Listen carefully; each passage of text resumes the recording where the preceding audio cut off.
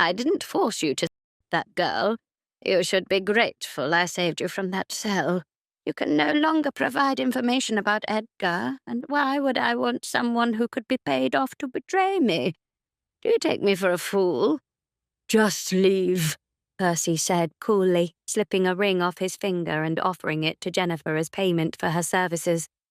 The desperation on her face, clinging to Priscilla for work, made the air in the carriage thick with discomfort. They'll call the town guards on me for possessing that. Jennifer refused the ring, remembering instances where servants had been accused of theft for accepting jewellery from their masters. The guards would often imprison or maim them without the employers confirming the exchange. I need money. Heather flinched as the sound of a echoed in the carriage. Her eyes darted between Priscilla's angry expression and Jennifer's shocked face. Who do you think you are, making demands of us? Priscilla sneered. He offered you a ring, but you refused it. It's your fault you're leaving empty-handed, and it's your fault you're without a job. Get out before I have the coachman throw you out on the street for everyone to see. I wasted my time getting you out of that cell. But, milady, it was not wasted. I did as you asked, Jennifer protested weakly. No, I suppose I cannot say that, considering her. Well done, Priscilla added with a smile, satisfied with her own cruelty. Jennifer could hardly fathom how such a smile could be so cold and dismissive. There were so many who wished to work for the Duke, and she had managed to secure that position only to lose it because of his mother. Take the ring and go, Heather said, her voice laced with reluctant sympathy. If you run into trouble, I'm sure you can call on it to be resolved. Jennifer wanted to refuse advice from someone who had never known the hardships she faced, but she had no choice. She had to accept the ring. If she didn't, her relatives would throw her out. As Jennifer reached out to take the piece of jewellery, Priscilla grabbed it from Percy's hand and tossed it out the window. Priscilla! Percy exclaimed, outraged. That was unnecessary. She'll have to get out and search for it if she wants to eat tonight, Priscilla said, reclining her seat with a satisfied air, her eyes closing as if the matter was resolved. I will help you, Percy offered to Jennifer. That's all right, Lord Collins.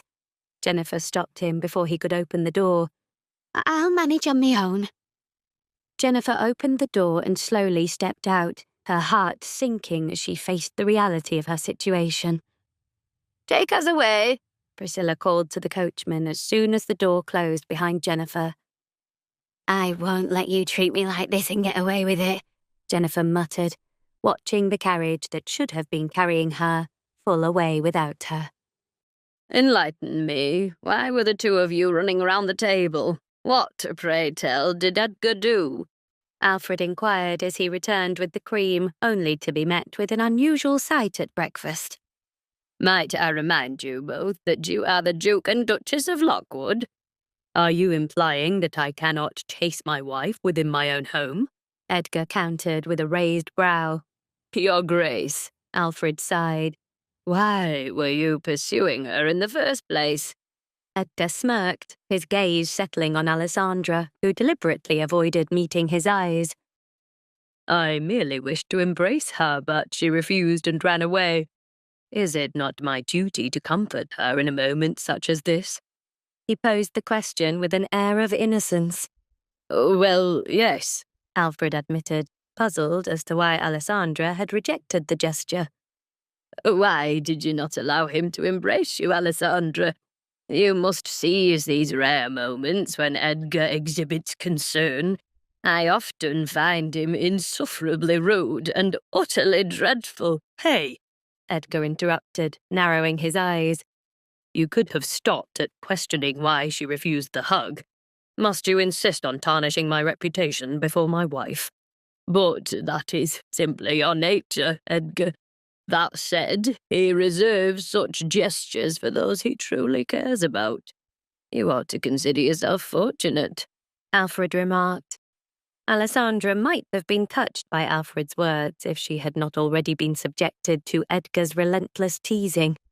Her husband had not simply been trying to embrace her. His mischievous grin at the end of the table confirmed as much. Still unwilling to reveal what had truly transpired in private, she merely replied, "I appreciate the insight." "Then I presume I shall be free to embrace you whenever I wish?" Edgar asked, scrutinizing her every move, from the way she gripped her fork to the sharpness of her glare. "I shall take that as a no. A fine way to start the day, would you not agree?" Allesandra, suppressing a sigh, pondered how best to avoid breakfasting with him. Should she remain in bed until he departed? "Alfred, fetch my coat. It is time I take my leave," Edgar announced, placing his fork down. "Yes, Your Grace. One moment." Alfred excused himself. "Are you not curious as to where I am going, Allesandra?" Edgar inquired playfully. "It is none of my concern," she replied, continuing to eat. It was not her place to inquire about his whereabouts.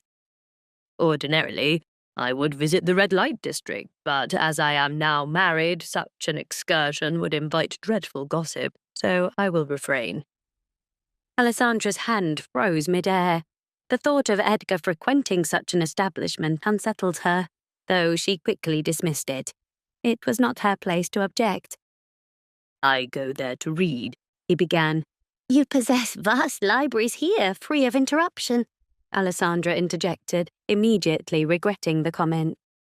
"The red light district offers more than mere books.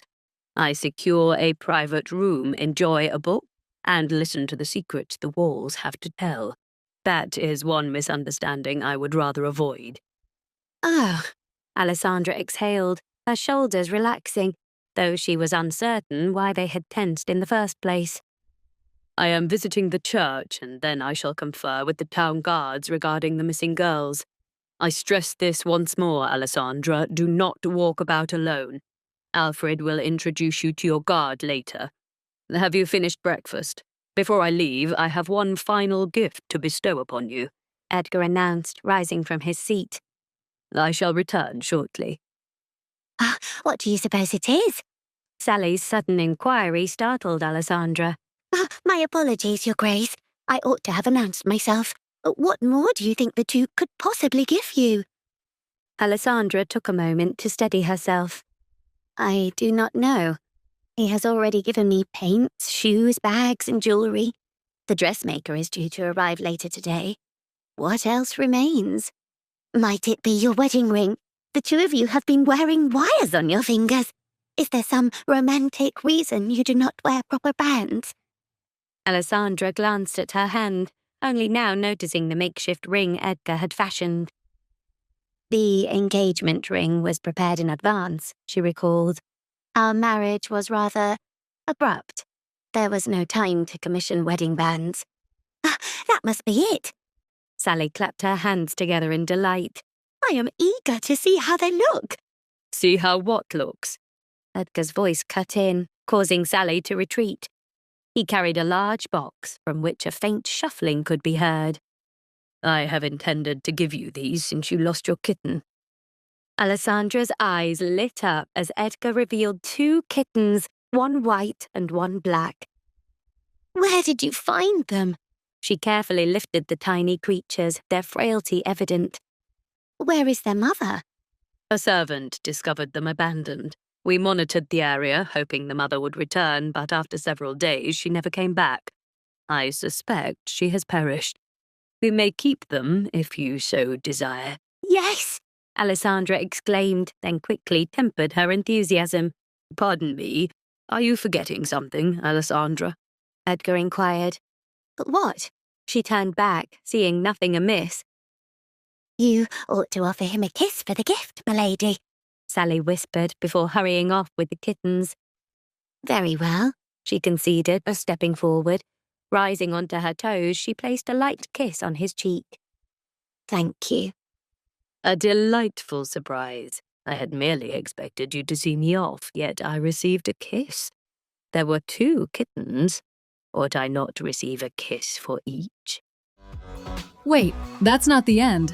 You've just had a free taste. Now get the full story on the Pocket FM app, link in description. Check out our next video and playlist, and don't forget to like, share, and subscribe.